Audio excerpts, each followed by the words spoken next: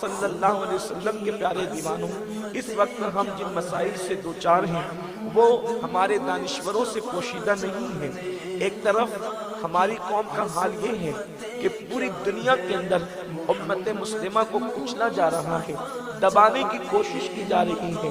معاشی طور پر مسلمان کو انتہائی نیچے سے نیچے سطح پہ لے جانے کی کوشش کی جا رہی ہے۔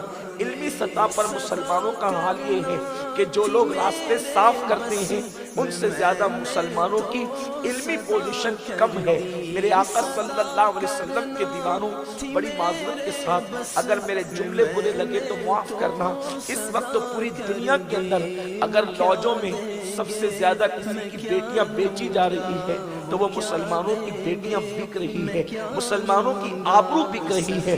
برقع پہن کر کے مسلم بیٹیاں سگنلوں پر بھیک مانگ رہی ہے۔ مسلمانوں کو غلام بنانے کی تیاری کی نہیں جا رہی ہے، بلکہ مکمل منصوبہ تیار کر لیا گیا ہے کہ آئندہ چند سالوں کے اندر قوم مسلم کو غلامی کی زنجیروں کے اندر جکڑ دیا جائے۔ آنے والی نسلوں کا حال اللہ رحم و کرم فرمائے کہ اللہ اکبر، ہماری نسلیں آزاد رہ بھی سکے گی یا نہ رہ سکے گی۔ اللہ اکبر، ان سارے حالات کے اندر جبکہ مسلمان لٹ رہا ہو، جبکہ مسلمان پٹ رہا ہو، جبکہ مسلمان تباہی کے دہانے پر پہنچ چکا ہو، جبکہ مسلمانوں کو کوئی جائے پناہ نہ ہو، جائے امان نہ ہو، ایسے وقت میں اس امت کو عزت و وقار کے ساتھ زندگی گزارنے کی راہ کیسے مل سکتی ہے؟ امت کو تباہی کے دہانے سے نکال کر کے کامیابی کی شاہراہ پر کیسے گامزن کیا جا سکتا ہے؟ میرے آقا صلی اللہ علیہ وسلم کے پیارے دیوانوں، اگر اس فلسفے کو گزشتہ صدی میں کسی نے بیان کیا ہے تو وہ امام اہل سنت امام احمد رضا خان محدث بریلوی کی ذات ہے۔ میرے پیارے آقا علیہ السلام کے دیوانوں، امام سے محبت اس لیے کی جاتی ہے، امام کے تذکرے اس لیے کیے جاتے ہیں کہ امام احمد رضا نے جتنے عناوین پر محنت کی ہے ان سارے عناوین کی جان، اللہ اکبر، جو ہماری دنیاوی اور اخروی کامیابی کے لیے صرف ایک عنوان کافی ہے، امام احمد رضا نے ہر عنوان پر محنت کی۔ وہ مصلح بھی ہیں، وہ فقیہ بھی ہیں، وہ محدث بھی ہیں، وہ مفکر بھی ہیں، وہ مدبر بھی ہیں، وہ اپنے وقت کی عظیم خطیب بھی ہیں، وہ اپنے وقت کی عظیم ادیب بھی ہیں، وہ اپنے وقت کے عظیم شاعر بھی ہیں، وہ اپنے وقت کے عظیم ماہر علوم ارضیات بھی ہیں، علوم فلکیات بھی ہیں، ریاضی کے علوم کے بھی ماہر ہیں، سائنسی علوم کے بھی ماہر ہیں، علم تصوف کے بھی ماہر ہیں۔ وہ کم و بیش 108 علوم و فنون کی ماہر شخصیت ہے جس کو امام احمد رضا کہا جاتا ہے۔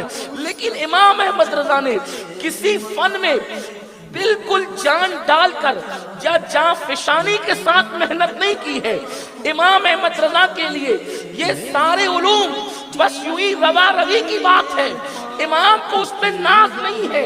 امام احمد رضا کے لیے اللہ اکبر، اگر زندگی کا کوئی عنوان ہے، امام کی زندگی کا کوئی عنوان ہے اور جس عنوان پر امام احمد رضا ناز کرتے ہیں وہ کوئی اور عنوان نہیں ہے، وہ عشق مصطفیٰ ہے، وہ محبت رسول ہے، وہ حضور کی عظمت ہے، وہ حضور کی چاہت ہے، وہ حضور کی بارگاہ میں اپنا سب کچھ قربان کرنے کا جذبہ ہے۔ اسی لیے تو امام احمد رضا اپنی کسی نسبت میں ناز نہیں کرتے بلکہ نسبت عشق رسول پہ یوں ناز کرتے ہیں، کروں تیرے نام پہ جان فدا، نہ بس ایک جان دو جہاں فدا، دو جہاں سے بھی نہیں جی بھرا، کروں کیا کروڑوں جہان۔ نعرہ تکبیر، نعرہ رسالت، مسلک اعلیٰ حضرت، عشق محبت، عشق محبت۔ یہ ایک ایسا عنوان ہے، آج ہماری قوم کا جوان ہراساں ہے، ہماری قوم افسردہ ہے، حکومتیں آتی ہے بدل جاتی ہے، ہر آنے والا پیروں تلے کچلنے کی کوشش کرتا ہے۔ میں نہ کوئی سیاسی آدمی ہوں اور نہ کسی سیاسی پارٹی سے میرا تعلق ہے، لیکن اتنا ضرور کہوں گا، دنیا کی کوئی سیاسی پارٹی مکمل طور پر مسلمانوں کے حق میں مفید نہیں ہے۔ کوئی زیادہ نقصان دہ ہے، کوئی کم نقصان دہ ہے، البتہ نقصان دہ سب ہیں، لیکن اللہ ہماری قوم دیکھ رہی ہے ہمارے مسائل کا حل کہاں ہے، ہمارے ہمارے مسائل کا حل کہاں ہے؟ ہمیں روٹی کپڑا مکان کہاں ملے گا؟ ہمارے مسائل کا حل کہاں ملے گا؟ ہمارے بچوں کا مستقبل کہاں سدھرے گا؟ عزت کی زندگی کہاں ملے گی؟ وقار کی زندگی کہاں ملے گی؟ لٹتی ہوئی آبروؤں کو امان کہاں ملے گی؟ چلتے ہوئے مکانات کو امان کہاں ملے گی؟ میں آپ سے عرض کرنا چاہتا ہوں، دنیا کا کوئی سیاسی اسٹیج ہماری زندگی کو امان نہیں دے سکتا۔ کل بھی مسلمانوں کو عزت ملی تھی مصطفیٰ جان رحمت کے قدموں میں آنے سے، اور آج بھی مسلمانوں کو عزت ملے گی مصطفیٰ جان رحمت کے قدموں میں آنے سے۔ ان سے نسبتوں کو مضبوط کرنے کے بعد ایک ذلیل انسان بھی عزت والا ہو جاتا ہے۔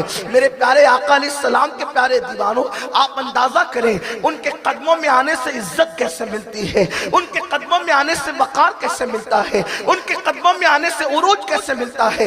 اچھی طرح یاد رکھنا، اللہ اکبر، کیسر و کسریٰ کے تاجدار بننے والی قوم کا مستقبل آپ نے دیکھا، جو کبھی جنگلوں میں بکریاں چرا نہیں سکتے تھے۔ اللہ اکبر، جب مصطفیٰ جان رحمت کی نسبت نصیب ہوئی تو وہ کیسر و کسریٰ کے تاجدار بن گئے۔ اس کا اعتراف حضرات صحابہ کرام کو تھا، اسی لیے تو اللہ اکبر سیدنا فاروق اعظم اپنے دور خلافت کے اندر جب مکہ المکرمہ کی طرف سفر کرتے ہیں، حج کے لیے جاتے ہیں تو تہامہ کی وادیوں کے قریب آتے ہیں تو فاروق اعظم اس وادی کو دیکھ کر کے رونے لگتے ہیں۔ میں اپنے جوانوں کی بھرپور توجہ چاہتا ہوں، میں اپنی قوم کی ماں اور بہنوں کی بھرپور توجہ چاہتا ہوں۔ اے خاتون جنت کی کنیزوں، آپ کی بھی بڑی ذمہ داری ہے، میرے بھائیوں آپ کی بھی بڑی ذمہ داری ہے۔ سیدنا فاروق اعظم جب تہامہ کی وادیوں کے قریب سے گزرے ہیں تو آنکھوں میں آنسو آنے لگے ہیں، رونے لگے ہیں۔ کسی نے پوچھا امیر المومنین بے سبب رونا سمجھ میں نہیں آتا، آپ کیوں رو رہے ہیں؟ تو سیدنا فاروق اعظم رضی اللہ تعالیٰ فرماتے ہیں یہی وادی ہے جس میں میں بکریاں چرانے کے لیے آتا تھا، میں اونٹ چرانے کے لیے آتا تھا، اور میری کیفیت یہ تھی، ایک دن میرے ابا نے مجھ سے کہا کہ اونٹوں کو ایک قطار میں کھڑا کرو۔ میں نے اونٹ ایک قطار میں کھڑا کیا تو اللہ اکبر، پہلا اونٹ کھڑا کر کے دوسرے کی طرف گیا تو دوسرا اونٹ بھاگ گیا، جو دوسرا لایا تو پہلا بھاگ گیا، تیسرا لایا تو دوسرا بھاگ گیا۔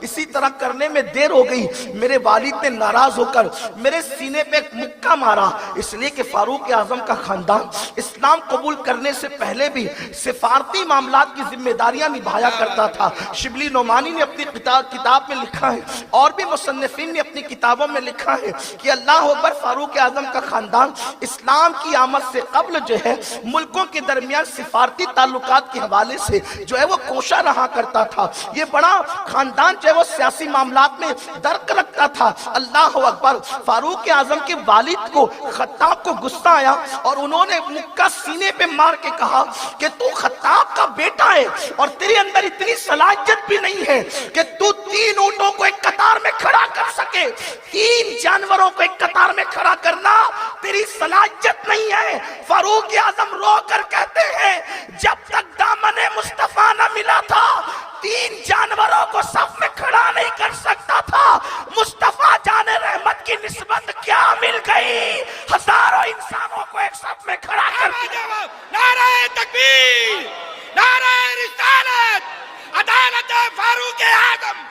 میرے پیارے آقا صلی اللہ علیہ وسلم کے دیوانوں، پتہ چلا کہ مصطفیٰ جان رحمت کی نسبتیں انسان کو کتنا بلند کرتی ہے۔ کیا آپ کو مکے کی تاریخ پتہ نہیں؟